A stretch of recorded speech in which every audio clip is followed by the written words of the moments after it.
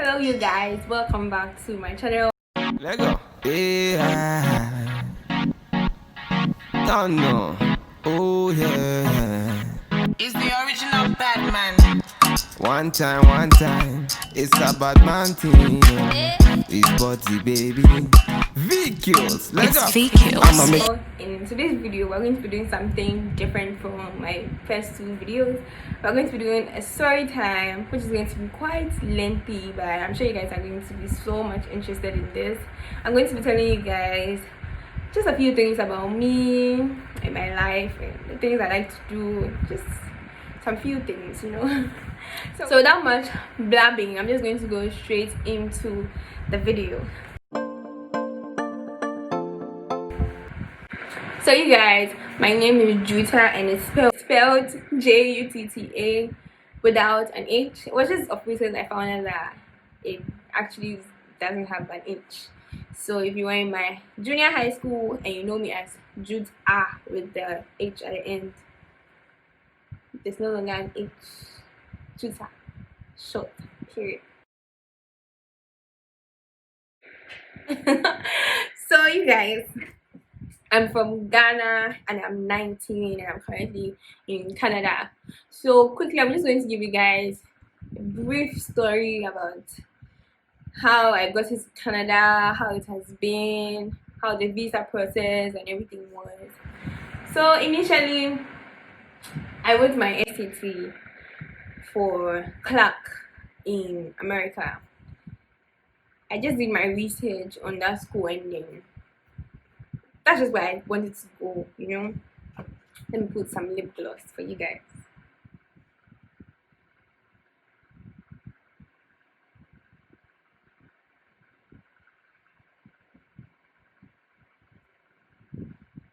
Because I've gotten a lot of comments about my lip gloss. So I guess it's one main feature on my YouTube channel. So I can't do without it. So back to what I was saying. My main school was Clark Atlanta in America because that's where my siblings were. But unfortunately, unfortunately,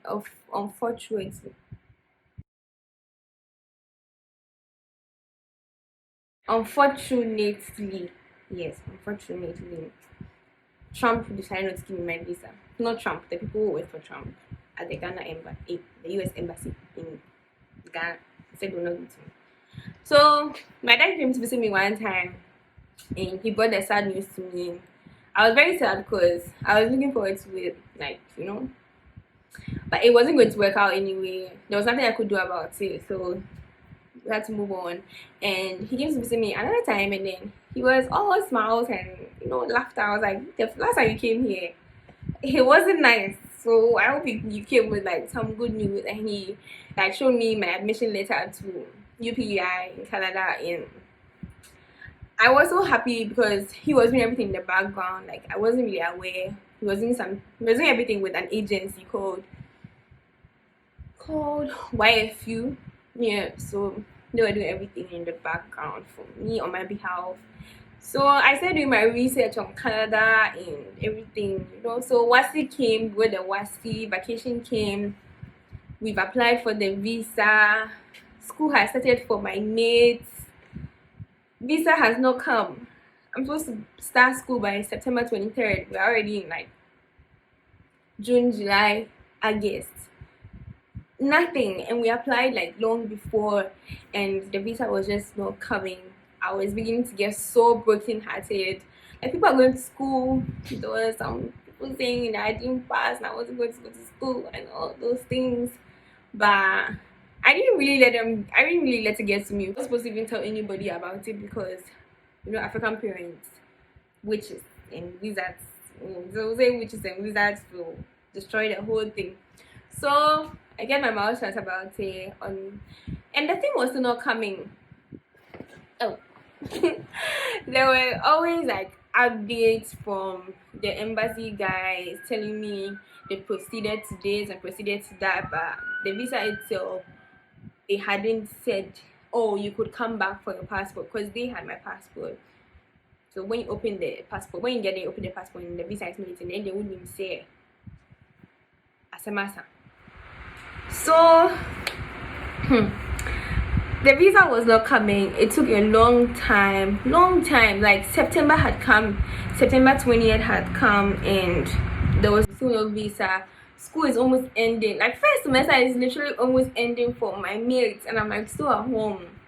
I was really getting discouraged. I spoke to like few people that pray with me, and they just helped me to like just leave everything to the hands of God.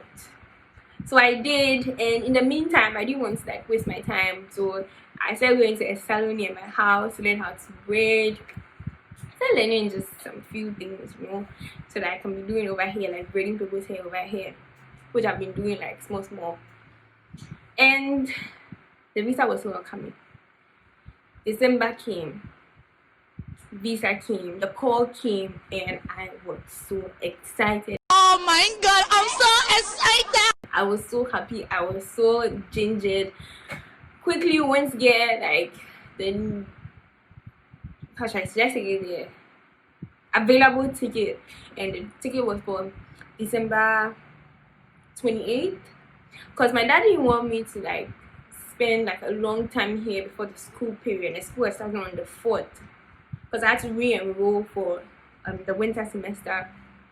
So we did that, and I came here so like 3 days before like school started, so that I could get myself together. So the visa came, like the ticket came, the day came. I said my goodbye to a special, like my then special somebody. And African parents, when it's time, when you are traveling and the flight is like 11 p.m, they want you to get ready by 5 p.m, 4 p.m, start packing your bags, let's go to the airport. So that's what my dad was doing. He didn't let me say my goodbye well. My little sister actually went to snitch me to my dad that I was talking to someone, and my dad came, and he said he did not say anything. He was looking at me. He was looking at me, and he did not say anything. He just walked back, and then I knew there was trouble. I didn't want anything to come and hinder my traveling, so I quickly said my goodbye. Went to my house, took a shower, and went straight to the airport. And I understood his shouting because the traffic was mad. That for those of you who know, that's long East Legon Road that goes to the airport area. I don't live in Accra, so I don't know the name of the road, but that road. The traffic was hella mad, so mad. But we made it because the airport, we made it, but the check-in time was quite gone, but there was still a long queue, so that was a bonus to us. So we went to join the queue. My dad was with me, and from like all that, from like when I applied for my visa to getting the tickets, even that day, I wasn't like, the thing wasn't hitting me, like it wasn't hitting me like that, like it wasn't. I was so excited that I wasn't actually hit by the thoughts of like me going away for like a long time. It wasn't hitting me until I finished checking in with my dad, and he had to go, and I was so sad. I didn't cry, but I was just so sad, and I tried to get some pictures with him, but my dad was like this in all the pictures, warning me, don't get missing, do this, do that, in all the pictures. And when it was time for him to leave, that's when I cried a little bit, because I was not going to stay on my own for like 2 hours at my gate to wait for my flight. And it was like 11 p.m. There wasn't really anybody to talk to us at that time. People are sleeping, people are tired. There wasn't really anyone to talk to. So I sat there by myself, used my phone a little bit, and then it was time to board. I went to board, my African Prince bag behind my back. I think almost all African teenagers when traveling have that African Prince bag, just kente bags. I had mine behind my back. I went to board, and luckily for me, I got a window seat, because even when I'm traveling in the car, I like to sit by the window. So I was so happy that I got a window seat. And the person who sat next to me was a white man. Luckily for me too, again, we're just two, in like the 3 seats thing was like in the middle, and then there's like another 2 seats row. So I was so happy that it was just the two of us. I didn't really want any, you know. So he tried to make a conversation with me, tried to be my friend, like told me a little bit about himself, and I told him about myself, and I told him this was actually the first time that I was traveling, so I was having some, you know, some feelings. So the air hostess came and came to do the sign things. She came to stop, and it was time to now move. So we moved, and it was nice. I was enjoying. Then sound effect. It was like there was this loud sound, and it was my head. Cut me some slack. It was my first time flying. I was so scared. I would not even lie. I was scared. I wanted to cry. Hey, I thought I was going to die. Then the man saw how scared I was, and he held my hand all through until like everything was fine. There wasn't any noise anymore and everything, and he was just telling me about it and all that. And he was going to the US and I was coming to Canada, so we had the same layovers until we both got to Toronto, and then he had to separate. So my first stop was Belgium, and my layover was like 4 hours, 3 hours. So I just used that time to look around the airport. I got some panini and some Coke and went to wait at my gate until it was time to board. That flight was actually much better. I wasn't scared anymore because then I knew how it was going to be, so I wasn't scared. And that flight was so long. No, the flight to Belgium was actually very long, and even the one from Belgium to Toronto was actually very long, too long. It was getting tiring. It started getting this air bubbles thing in your ears, and it was getting uncomfortable, all tiring. So I got to Toronto, and then I had another layover for like another 4 hours before my next flight to Charlottetown. Finally, I didn't get lost in any of the airports. Like I knew what to do, and like, you know, in succession I repeated it all over again because my dad had given me instructions. So I went to do what I had to do, and then the man had to finally leave my side. He was actually the one that held me like all through my airport and all the airports. And then when we got to Toronto, he had to depart, go and get his flight to the US, and then I came to Charlottetown. So the flight to Charlottetown was a very short one. It was like 2 hours with a very tiny Air Canada plane. We got to Charlottetown around 2 a.m. and my initial flight was actually supposed to arrive in Charlottetown like around 11 p.m. but we had some issues in Toronto. The flight kept on coming back as if it was going to take off, and then going back to where it was actually parked. And because it was having some issues and things, but we finally made it to Charlottetown, and it was just so it was a nice experience. I loved it. All that while everything had not really hit me just yet, you know. I got to Charlottetown, and then I started not regretting my entire journey, but I was regretting because it was so damn cold, and my dad had offered me his jacket that he wore when he went to the US, because we're not really finding like any very nice thick girlish jackets back in Ghana. So I was like, you know what, I'll just wing it. I'll wear some jackets. It wasn't even a winter jacket, it was just a very light jacket. And it was 2 a.m. It was snowing. It was cold. I totally underestimated the cold. And immediately I got to the Charlottetown airport. I just called my dad. I called my dad and I told him, you know, you were right. I should have just worn your jacket because it's so cold. How stranded I was at the airport is for another day. Let's just skip to me checking into my hotel room. So I checked into my hotel room, and there wasn't really any food for me to eat. That's at 2 a.m. So I was just on my phone. I wasn't talking to anyone. People are sleeping. Like, it was really lonely, but I was really enjoying the big bed and all those things. So morning came, and that was when I started like feeling lonely. If I had to talk to someone, I had to be on the phone. I can't get up and go and visit anybody. I don't know anyone in this whole country. What am I going to do? How am I going to go to the shops? And there's Google Maps, but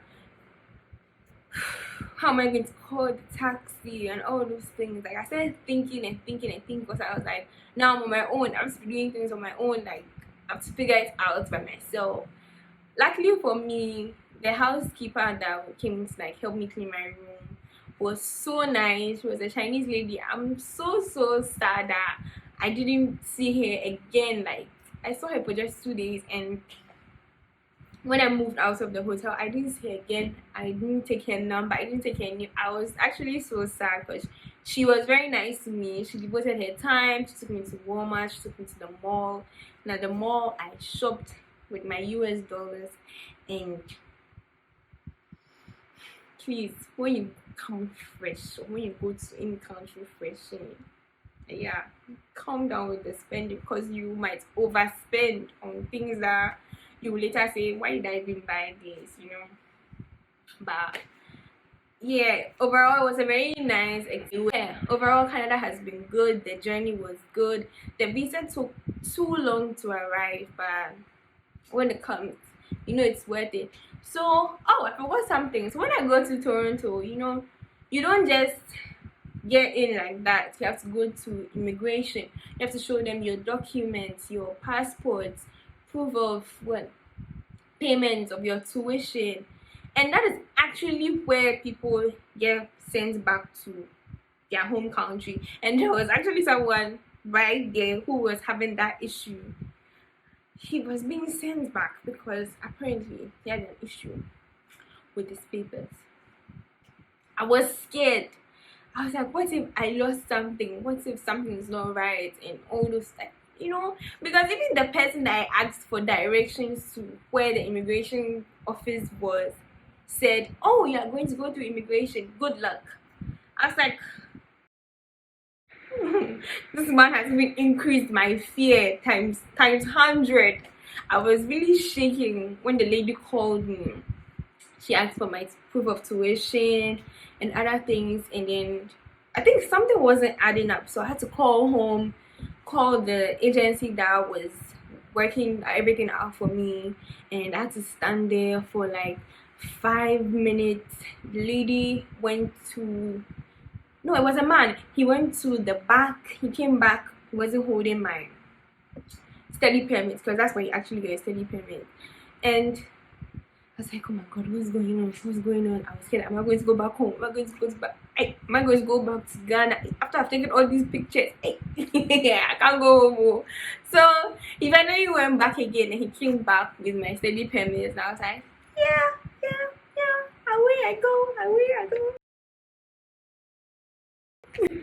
So I just took it fast. I exited the office. No, can you please come back? You don't do that here. I took my paper and I went straight to my gate. Not to my gate, to check my luggage and into my gate. And I came. And yeah, overall it's been amazing. Just watch out for the fraudsters and the scammers there. I'm probably going to do a story on how I got scammed. Be safe. Watch out. They are out there. They are coming for you. Don't let them get you. Like they got me. It's going to be another story time. Very interesting story. You don't want to miss out. Yeah, overall Canada has been good. I've been working for some time now. It's just a student job, like part-time during school and full-time during like the summer break and all that. Part-time is 20 hours, full-time is 40 hours, and it's been good. I've made amazing friends here. I can't believe it's been almost 2 years now. Hopefully I'll be going home soon. I miss all the fufu and the soups and all those things. yeah, 2 more years to go and we can go home and have fun. Yeah. So guys, here is the end of this story time. I had so much fun recording this video. I hope you guys find it interesting and you get like your answers to how any question you had about like living in Canada or coming to Canada. If you have more, you can just drop them in the comment section. If there are a lot, I'm going to answer them as a story time, but if it's just a few, I'm going to answer them in the comment section. Do well to leave a like, subscribe, and share with other people. Check out my 2 previous videos, and yeah, drop a like for those ones as well. Like them, subscribe, and share with other people as well. I have so many fun videos coming for you guys, so you don't want to miss it. I know you don't want to miss it, so stay right here. Hit that notification button so that when I post, you will be notified. And that is the end of this video. I'll see you in my next video. Let go. Yeah.